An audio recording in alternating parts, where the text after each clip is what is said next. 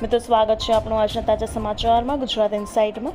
સૌપ્રથમ સમાચાર વિશે વાત કરીએ તો અંબાલાલની એક સાથે 3 આગાહી થઈ છે। આ વખતે અંબાલાલ પટેલે આગાહીમાં જણાવ્યું છે કે કચ્છના વિસ્તારોમાં પવનની સામાન્ય ગતિ 10 થી 15 કિલોમીટર પ્રતિ કલાક રહી શકે છે, જ્યારે આંચકાવાળા પવનની ગતિ 20 થી 25 કિલોમીટર પ્રતિ કલાક સુધી પહોંચી શકે છે।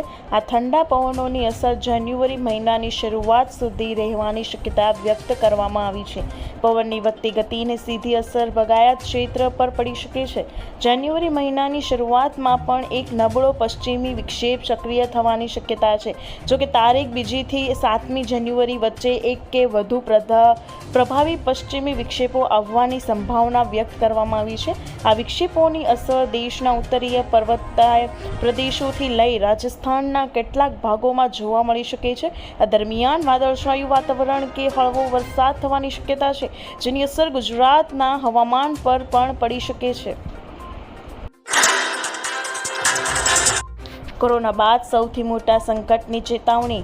ભારતમાં કોરોના વાયરસે હાહાકાર મચાવ્યો હતો। શાળાઓ બંધ કરવામાં આવી હતી, કર્મચારીઓને ઘરેથી કામ કરવાનું કહેવામાં આવ્યું હતું। વધુમાં આ સમયગાળા દરમિયાન ઘણા લોકોએ તેમની નોકરી ગુમાવી હતી। હવે ડોક્ટરોએ તાજેતરમાં એક ચોંકાવનારી ચેતવણી જાહેર કરી છે, જેના કારણે કોરોના પછીનું સૌથી મોટું આરોગ્ય સંકટ માનવામાં આવી રહ્યું છે। કોરોના વાયરસ પછી વાયુ પ્રદૂષણ એક મોટો મુદ્દો બની ગયો છે।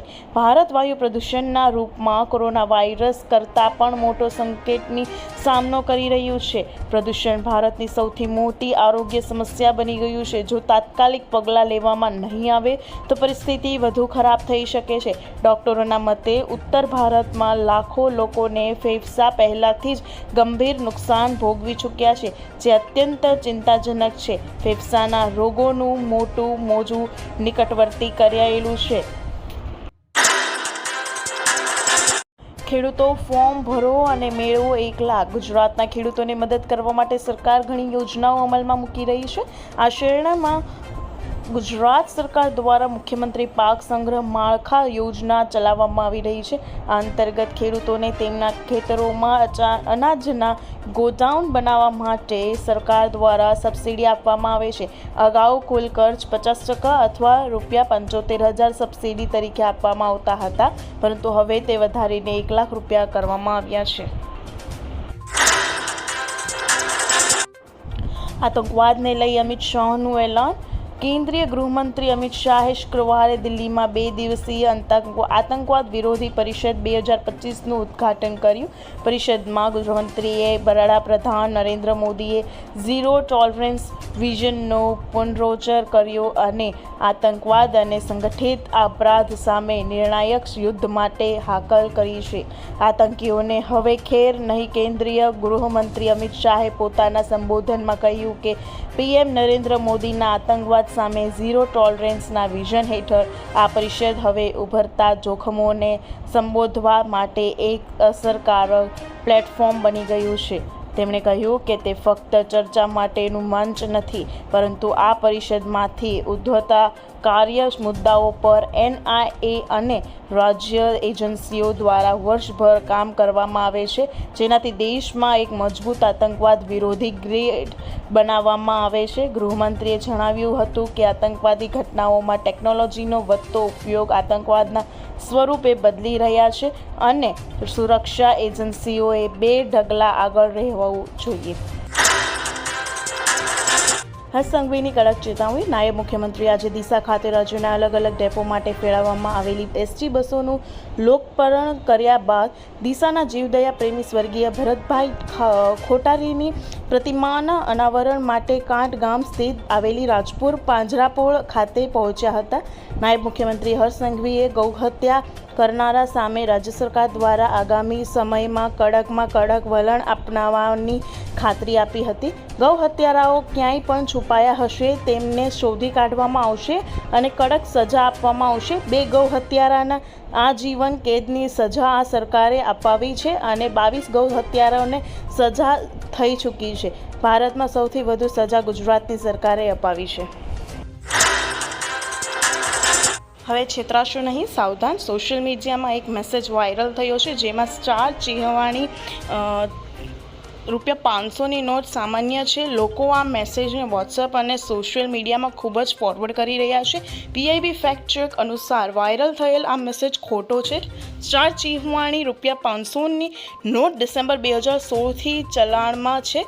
જેને પાસે આ નોટો છે તેમને ચિંતા કરવાની જરૂર નથી. આધાર કાર્ડ નવા નિયમો જાણી લો. UIDAI અનુસાર આધાર કાર્ડ ધારક તેના જીવનકાળમાં માત્ર 2 વાર જ તેના આધાર ડેટામાં તેનું નામ બદલી શકે છે. કોઈ પણ વ્યક્તિ તેના આધાર કાર્ડમાં માત્ર 1 વાર જ જન્મ તારીખ અપડેટ કરાવી શકે છે. આધાર કાર્ડમાં માત્ર 1 વાર જ તમે જાતિ જેન્ડર અપડેટ કરી શકો છો. બીજી તરફ આધાર કાર્ડમાં રહેઠાણનું સરનામ અપડેટ કરવા માટે કોઈ પણ પ્રકારની મર્યાદા નથી. કોઈ પણ વ્યક્તિએ જો આધાર કાર્ડમાં ફોટો અપડેટ કરવો હોય તો તેના માટે કોઈ મર્યાદા નથી.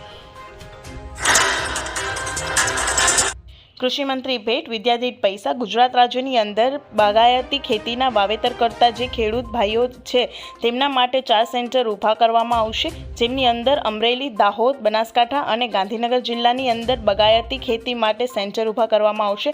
આ સેન્ટરમાં બાગાયતી ખેતી માટેની તાલીમ અને નિદર્શન આપવામાં આવશે. કૃષિ મંત્રી રાઘવજી પટેલે દ્વારા આ બાગાયતી ખેતીના વાવેતર માટેના સેન્ટર બનાવવાની માહિતી આપવામાં આવી છે. ઉલ્લેખનીય છે કે બાગાયતી ખેતી ખેડૂતોના વધારાની આવક મેળવવામાં મદદ કરે છે. મુખ્યમંત્રી ગુસ્સે, કામ થતા નથી. સામાન્ય રીતે શાંત, સંયમિત અને મૃદુ સ્વભાવ માટે જાણીતા મુખ્યમંત્રી ભૂપેન્દ્ર પટેલ રસ્તાઓની બેહાલ સ્થિતિ અને સમાજ કામમાં થઈ રહેલા વિલંબને લઈને અધિકારીઓ પર ઘણા ગુસ્સે થયા હતા. રાજ્યભરમાંથી આવેલા રસ્તાઓને લાગતા અનેક કેસો સાંભળ્યા બાદ મુખ્યમંત્રીએ જવાબદાર અધિકારીઓને કડક શબ્દો ફટકાર્યા હતા. ગાંધીનગરથી યોજાયેલા રાજ્ય સ્તરીય સ્વાગત કાર્યક્રમમાં વિવિધ જિલ્લાઓમાંથી જોડાયેલા અરજદારો દ્વારા તૂટેલા રસ્તા, ખાડાઓ, રીસર્ફેસિંગમાં વિલંબ તેમજ કોન્ટ્રાક્ટરોની બેદરકારી અંગે ગંભીર ફરિયાદો કરવામાં આવી હતી. ઘણી રજૂઆતોમાં ચોમાસું પૂરું થયા બાદ પણ રસ્તાઓની હાલત સુધરી નથી તેવી વ્યથા વ્યક્ત કરવામાં આવી હતી. જ્યારે સંબંધિત જિલ્લા કલેક્ટરોએ, મહાનગરપાલિકાના અધિકારીઓ અને મ્યુનિસિપલ કમિશનરોએ ટેકનિકલ કારણો અને પ્રક્રિયાત્મક વિલંબની દલીલો રદ કરવાનો પ્રયાસ કર્યો, ત્યારે મુખ્યમંત્રીએ તેમને અધવચ્ચે અટકાવીને સ્પષ્ટ શબ્દોમાં સવાલ કર્યો હતો કે ચોમાસું ગયા પછી એટલો સમય વીતી ગયા છતાં રસ્તાઓ કેમ સુધર્યા નથી. બહાના નહીં, હવે પરિણામ જોઈએ. વિડીયો કોન્ફરન્સ દ્વારા જોડાયેલા તમામ ઉચ્ચ અધિકારીઓને મુખ્યમંત્રીએ સ્પષ્ટ અલ્ટિમેટમ આપતા જણાવ્યું હતું કે રસ્તાઓના કામમાં કોઈ પણ પ્રકારનો ઢોલારા કે બેદરકારી ચલાવી લેવામાં આવશે નહીં. તેમણે કહ્યું હતું કે પ્રજાને રોજિંદા જીવનમાં તકલીફ પડે તે સરકાર માટે સ્વીકાર્ય નથી. ફાઇલોમાં કામ પૂરું બતાવવાનો બદલે જમીન પર કામ દેખાવું જોઈએ. બેંકમાં ખાતું છે તો ખાસ જોઈ લો. RBIFC વર્ષના પહેલા મહિનામાં બેંક રજાઓની યાદી જાહેર કરે છે. જાન્યુઆરી 2026માં બેંકો કુલ 16 દિવસ બંધ રહેશે. RBIએ વિવિધ શહેરો માટે અને વિવિધ કારણોસર આ 16 રજાઓની જાહેરાત કરી છે. જાન્યુઆરી 2026માં બેંકો કયા દિવસે અને કયા કારણોસર બંધ રહેશે તેના વિશે આ લેખમાં જાણીશું. તમને જણાવી દઈએ કે ભારતીય રિઝર્વ બેંક પહેલાથી જ બેંક રજાઓની યાદી બહાર પાડે છે, જે દર્શાવે છે કે કયા શહેરોમાં બેંકો કયા દિવસે બંધ રહેશે. તેથી બેંકમાં જતા પહેલા RBIની બેંક રજાઓની યાદી તપાસવાનું ભૂલશો નહીં. નવો કાયદો, ભાડુઆતના નિયમો ફરશે. મકાન માલિકો 2 મહિનાના ભાડા કરતાં વધારે ડિપોઝિટ લઈ શકશે નહીં. કોમર્શિયલ ભાડા માટે 6 મહિના સુધી મર્યાદા નક્કી કરાઈ છે. ભાડામાં વધારો, મકાન માલિકે 12 મહિના પછી જ ભાડામાં વધારો કરી શકે છે. વધારાના 90 દિવસ પહેલાં લેખિત નોટિસ આપવી પડશે. મિલકત નિરીક્ષણ, મકાન માલિકને ઘર કે મિલકતની તપાસ કે સમારકામ કરવું હોય તો ભાડુઆતને 24 કલાક પહેલાં લેખિત જાણ કરવી ફરજિયાત રહેશે. સમારકામમાં જો મકાન માલિક 30 દિવસમાં જરૂરી મરામત ન કરે તો ભાડુઆત પોતે સમારકામ કરાવીને ખર્ચ ભાડામાંથી બાદ કરી શકે છે. ખેડૂતોની 2 લાખ સુધીની લોન માફ. ખેડૂતોને લોન માફી સમગ્ર દેશમાં સૌથી વધુ ચર્ચિત વિષય છે.